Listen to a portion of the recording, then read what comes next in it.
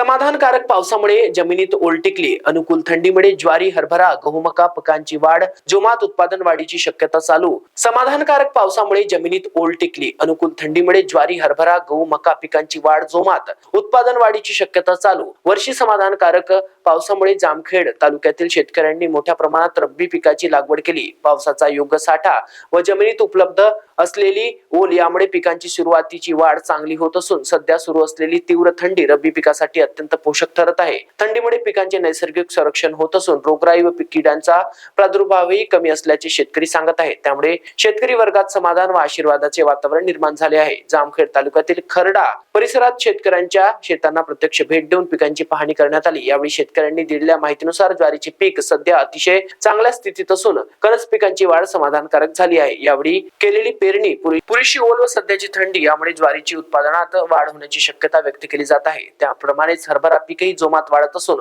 गहू व मका पिकाची वाढ समाधानकारक दिसून येत आहे. थंडीमुळे हरभऱ्यावर कीड व रोगांचा प्रादुर्भाव कमी राहिल्याने अपेक्षित उत्पादन मिळेल असा विश्वास शेतकऱ्यांकडून व्यक्त करण्यात येत आहे. महाराष्ट्र 24 करिता धनसिंग साळुंके, खरडा.